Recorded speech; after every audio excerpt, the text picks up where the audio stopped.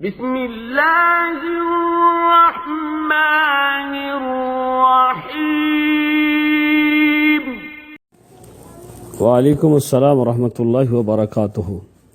ভাই 585 আপনি যে হাদিসের কথা জিজ্ঞাসা করেছিলেন বুখারী শরীফের হাদিসটা, আসলে এই হাদিসটা আমি খুঁজে পাইছি বুখারী শরীফের মধ্যে।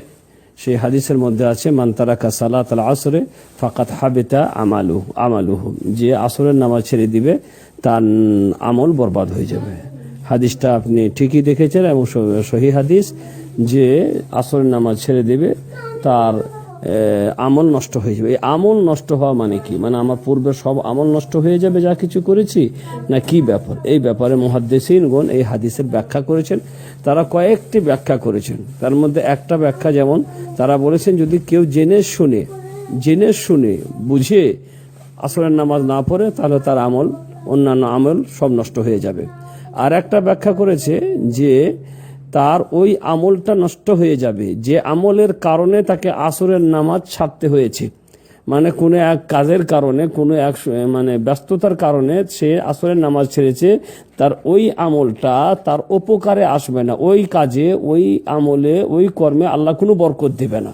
যে কাজটার কারণে আপনার আসরের নামাজ ছাড়তে হয়েছে সেই কাজটা মানে নষ্ট মানে ওই কাজে কোনো বরকত থাকবে না, আর ওই কাজ দিয়ে আপনার কোনো উপকার হবে না। এরকম একটা ব্যাখ্যা করেছেন। আর একটা ব্যাখ্যা করেছেন যে এটা ধমক স্বরূপ ব্যবহৃত হয়েছে, মানে তার আমল নষ্ট হয়ে যায় মানে এই নয় তার সমস্ত আমল নষ্ট হয়ে যাবে, শুধু ধমক স্বরূপ আসরের নামাজের গুরুত্ব দেওয়ার জন্য, যে আসরের নামাজের গুরুত্ব অন্যান্য নামাজের থেকে আরো অনেক বেশি। যেমন আর একটা হাদিসের মধ্যে আছে, আমি বলেছিলাম আপনাদেরকে যে আর একটি হাদিসের মধ্যে আছে যে আসরের নামাজ যার ছুটে গেল তার পরিবার ধ্বংস হয়ে গেল, তার পরিবার। তো মোট কথা হচ্ছে এগুলা পরিবার ধ্বংস হওয়ার মানে এই নয় যে আপনি আজকে আসরের নামাজ পড়তে পারলেন না আর আপনার পরিবারগুলো সব মারা গেল, তা না। পরিবার ধ্বংস হয়ে গেল মানে হচ্ছে এটা একটা ধমক আল্লাহর পক্ষ থেকে, যে সে চরম ক্ষতির শিকার হবে যারা আসরের নামাজ গুরুত্ব সহকারে পড়বে না।